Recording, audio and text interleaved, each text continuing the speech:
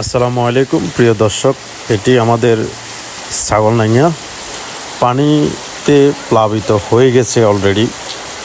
আপনার বৃষ্টি যেহেতু শুরু হয়েছে, এটি আমাদের জন্য কোনোভাবেই আশীর্বাদ নয়। এটি খুবই ভয়ানক অবস্থা হওয়ার সম্ভাবনা আছে। যেহেতু এখনও লোকালয়ে পানি ঢুকে গেছে, সেহেতু আপনি আপনার নিরাপদ আশ্রয় গ্রহণ করুন।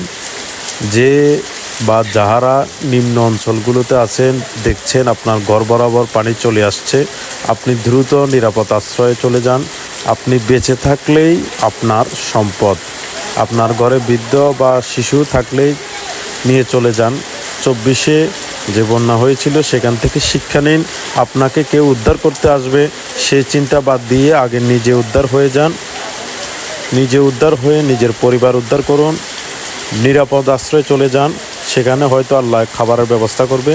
আর দোয়া করুন, যেহেতু বৃষ্টি আমাদের কোনো মানুষের সৃষ্টি না, আল্লাহর সৃষ্টি। আপনি দোয়া করুন যাতে আল্লাহ তাআলা আমাদেরকে রক্ষা করে বড় কোনো দুর্যোগ থেকে, সমস্যা থেকে। পানি একদম চলে আসছে লোকালয়ে। আল্লাহ আমাদেরকে হেফাজত করুক, রহম করুক। দেখুন, এই জায়গায় পানি থাকার কথা এক হাঁটু, সেখানে মানুষ ঠাঁই পাচ্ছে না। ধন্যবাদ সবাইকে। আসসালামু আলাইকুম।